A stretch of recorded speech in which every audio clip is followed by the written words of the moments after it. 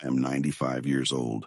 If you look at the statistics, I am deep in the final chapter, and almost every time I meet someone new or run into an old acquaintance at the grocery store, they ask me the same thing.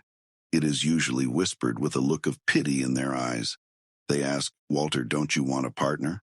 Walter, isn't the house too big for just one person? Wouldn't it be nice to have someone to share your morning coffee with?" I understand why they ask. We are programmed to believe that being alone means being broken. We are told that the ultimate goal of the human experience is to be part of a pair. So years ago, when I listened to them, I opened my door. I let someone in. And I am going to tell you the truth that nobody wants to admit at dinner parties. I have never been more exhausted, more anxious, and more spiritually drained than when I was in that relationship. Let me back up a bit. My wife Margaret passed away when I was younger. It was cancer. It was 2 long years of hospitals, hospice rooms, and holding her hand while she slowly faded. When she finally let go, the silence in the house was deafening. It was not just quiet, it was heavy. For the first year, I was like a ghost in my own home. I sat in her chair. I watched the television without even turning it on. I felt like half a person. But time does what time always does. It softens the sharp edges. I slowly found a routine again. I am a retired engineer, so I like systems. I set up a wood shop in the garage. I started waking up at 5:30 every morning. I would make a pot of black coffee, sit on the back porch, and watch the sun come up over the oak trees. No talking, no news, just the birds and the steam rising from my cup. It became my sanctuary. I began building furniture. I fixed the squeaky step on the staircase. I read history books I had meant to read for 40 years. And somewhere along the way, I realized something surprising. I was content, not wildly happy, but steady, peaceful. But the world does not like to see an old man alone. My daughter Emily is a wonderful woman, but she is a fixer. She would come over for Sunday dinner and look at me with worried eyes. She would say, "Dad, you're isolating yourself. Humans are social creatures. You're going to wither away in that garage." Then came the neighbor, Mrs. Turner. One afternoon, while I was getting the mail, she told me about her friend Helen. Helen was lively, a retired nurse who drove a bright blue car.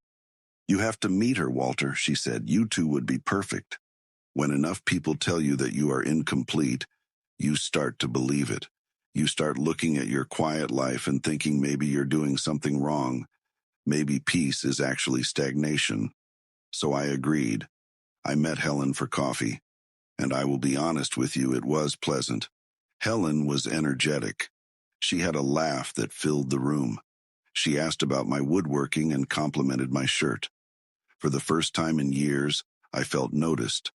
Not as a grandfather or a widower, but as a man. We went on a second date, then a third. Soon we were what younger people call a couple. Everyone was thrilled. My daughter felt relieved. My neighbors gave me approving smiles. At first, it really was nice. We went to the theater, we tried new Italian restaurants. I wore my best slacks and shaved every day. For a moment, it felt like living a second youth. But merging 2 lives later in life is not easy. The problems were not dramatic. They were small things, thousands of them. It started with the phone. Before Helen, my phone was just a tool. It stayed on the kitchen counter. I used it to call the plumber or check the weather. With Helen, the phone became a leash. She loved texting. "Good morning. What are you doing?" "Thinking of you." "Look at this picture of my cat." If I did not respond quickly, she would call and ask if everything was okay. Suddenly, the phone was always in my pocket. Even in the workshop, when I was sanding a beautiful piece of wood and completely at peace, buzz, buzz, buzz, the interruption snapped me out of focus. My shoulders would tighten.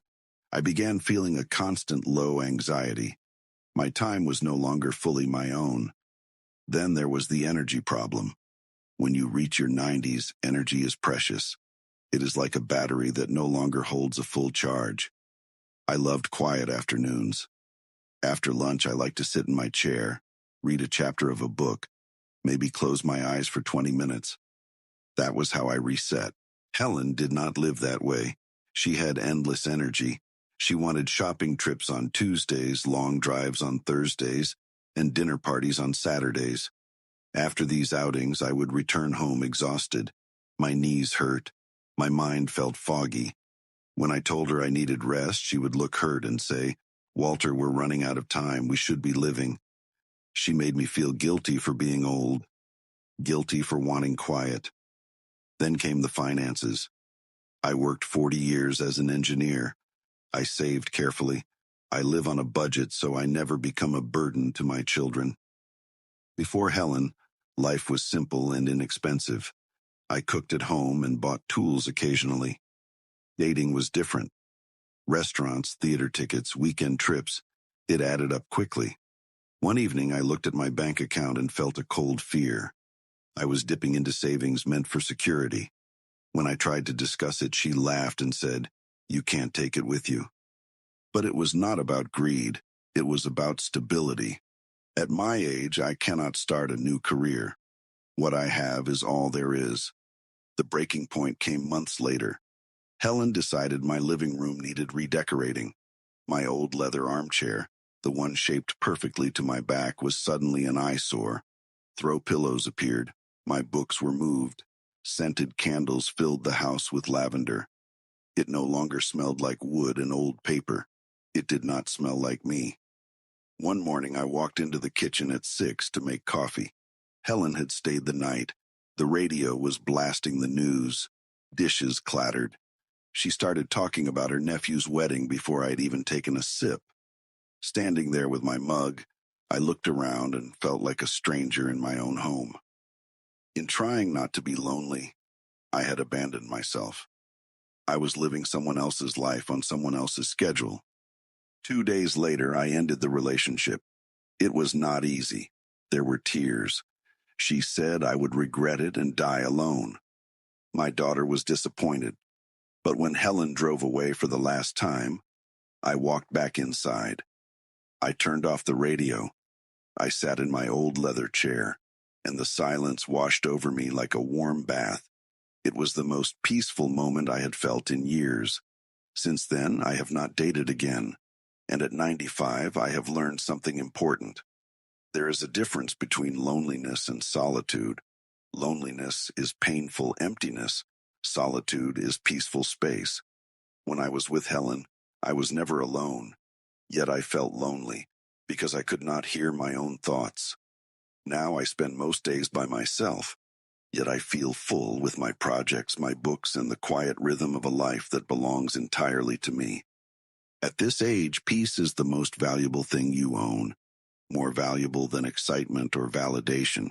When you bring someone into your life, you also bring their chaos, expectations, and worries. Younger people may have the energy for that. At 95, peace is priceless. So if you are feeling pressure to find someone just because the world says you should, remember this. Being alone does not mean being incomplete. If you meet someone who truly fits into your peaceful life, that is wonderful. But do not destroy your quiet happiness out of fear of solitude. The quiet is not your enemy. The quiet is where you finally meet yourself. And after all these years, I have discovered something surprising. I am actually pretty good company.